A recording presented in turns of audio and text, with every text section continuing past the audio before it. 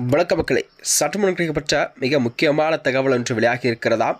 அரசியலில் நன்றி கெட்ட மனிதர் முதலமைச்சர் என்று நியமத்தேவரையே இபிஎஸ் அவர்கள் சாடிய ஓபிஎஸ்ஆ.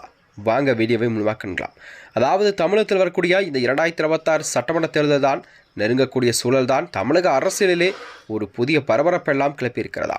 கண்டிப்பாக இந்த சட்டமன்ற தேர்தலில் தமிழகத்தில் வரக்கூடிய ஒரு மாற்றத்தை ஏற்படுத்தக்கூடிய வகையில்தான் மக்களின் மனநிலை ஓடிக்கொண்டிருப்பதாகவும் கூறப்படுகிறதா. இந்த வகையில்தான் அதாவது சட்டமன்ற தேர்தலுக்கான பணிகளில் விறுவிறுப்பாக அதிகமாகியுள்ளது. அரசியல் கட்சிகளின் தீவிர பரபரப்பை காரணமாகவே தேர்தல் களத்தில் மேலும் தமிழகத்தில் சூடுபிடிக்க தொடங்கிவிட்டதா. இதனிடையில்தான் அதாவது நேற்றைய வேட்புமனு தாக்கல் சரிபார்க்கும் பணியில் துவங்கிய நிலையில்தான் ஒரு தொகுதியில் தாவைக்காவின் வேட்புமனு நிராகரிக்கப்பட்டதா. இதன் காரணமாக விஜயன் இந்த தமிழக வெற்றிக் கழகம் 233 தொகுதிகள் மட்டுமே போட்டியிடும் சூழல்தான் உருவாகியிருக்கிறது.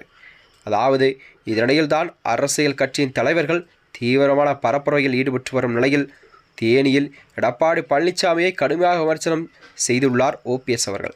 சமீபத்தில் திமுகவிலிருந்து அவர் போடி தொகுதியில் போட்டியிட நிலையில்தான் தீவிர பிரச்சாரத்திலும் ஈடுபட்டு வருகிறார். இந்நிலையில்தான் அதாவது தேனி பரப்புரையில் ஓபிஎஸ் பேசும் பொழுது ஊர்ந்து போய் காலை தொற்று முதலமைச்சர் பதவியை சசிகலாவிடம் வாங்கியவர்தான் எடப்பாடி பழனிசாமி என்று குற்றம் சாட்டியிருக்கிறார். பழனிசாமி முதல்வராக சசிகலா அந்த அம்மா இதுவரைக்கும் எந்த ஒரு ஆம்பளைக்கு அதாவது பழனிசாமி தோளை கூட தட்டி கொடுத்து இவர்தான் முதலமைச்சர் என்று நியமித்தார் சசிகலா அவர்கள். அவரையே இன்று விமர்சித்திருக்கிறார். எந்த அளவுக்கு நன்றியுள்ள மனிதர் இபிஎஸ் அவர்கள், அரசியலில் யார் நன்றியுடையவர்கள் இருந்தாக என்பதை தீர்மானிக்கக்கூடிய சக்தியாகத்தான் நீங்கள் இருக்கிறீர்கள்.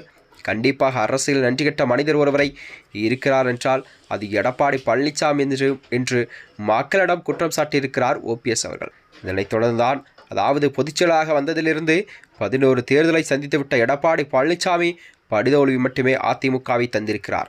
இவ்வாறாக இபிஎஸ் அவர்கள் குறித்த ஒரு கடுமையான விமர்சனம் எல்லாம் முன்வைத்திருக்கிறார். அது மட்டுமன்றி ஓபிஎஸ்ஐ முன்னதாக சட்டமன்ற தேர்தலை முன்னிட்டு அதிமுகவில் இணைய பன்னீர்செல்வம் பெரிதும் முயற்சி செய்த நிலையில் இபிஎஸ் அதற்கு கடும் எதிர்ப்புகள் எல்லாம் தெரிவித்தாராம். இதன் காரணமாகத்தான் தனது மகன் மற்றும் ஆதரவாளர்களுடன் திமுகவில் நான் இணைந்தேன் என்று அவர் கூறியிருக்கிறார். திமுகவில் இணைந்த பிறகு நான் மகிழ்ச்சியாக இருப்பதாகவும் ஓபிஎஸ் அவர்கள் தெரிவித்த நிலையில்தான் அரசியல் புதிய பரபரப்பை கூட கிளப்பியிருக்கிறதா. இதனை பிறகு கட்சியை சார்ந்தவர்கள் கடுமையாக விமர்சனம் செய்த நிலையில் கூட போடி தொகுதியில் திமுக சார்பாக வேட்பாளராக அறிவிக்கப்பட்டிருக்கிறார் பன்னீர்செல்வம். இத்தனை ஆண்டு காலமாக போடி நாயக்கன் தொகுதி என்பது இரட்டை இலை சின்னத்தில் போட்டியிட்டு வந்த ஓபிஎஸ் அவர்கள் தற்போது உதயசூரியன் சின்னத்தில் போட்டியிட உள்ளார். அது மட்டுமன்றி தேனி கண்டிப்பாக எப்பொழுதுமே அதிமுகவின் கோட்டையாக விலகக்கூடிய சூழலில் ஓபிஎஸ் அவர்கள் திமுகவில் இருந்த பிறகு கண்டிப்பாக அந்த தொகுதி திமுகவின் கோட்டையாக நான் மாற்றி காட்டுவேன் என்று ஓபிஎஸ் அவர்கள் சபதம் எடுத்திருப்பதாகவும் அரசியல் வட்டாரத்தில் பேசப்படுகிறதா. மேலும் இது போன்ற வீடியோக்களை தெரிந்து கொள்ள நமது சேனலை மறக்காமல் சப்ஸ்கிரைப் செய்து கொள்ளுங்கள். நன்றி, வணக்கம்.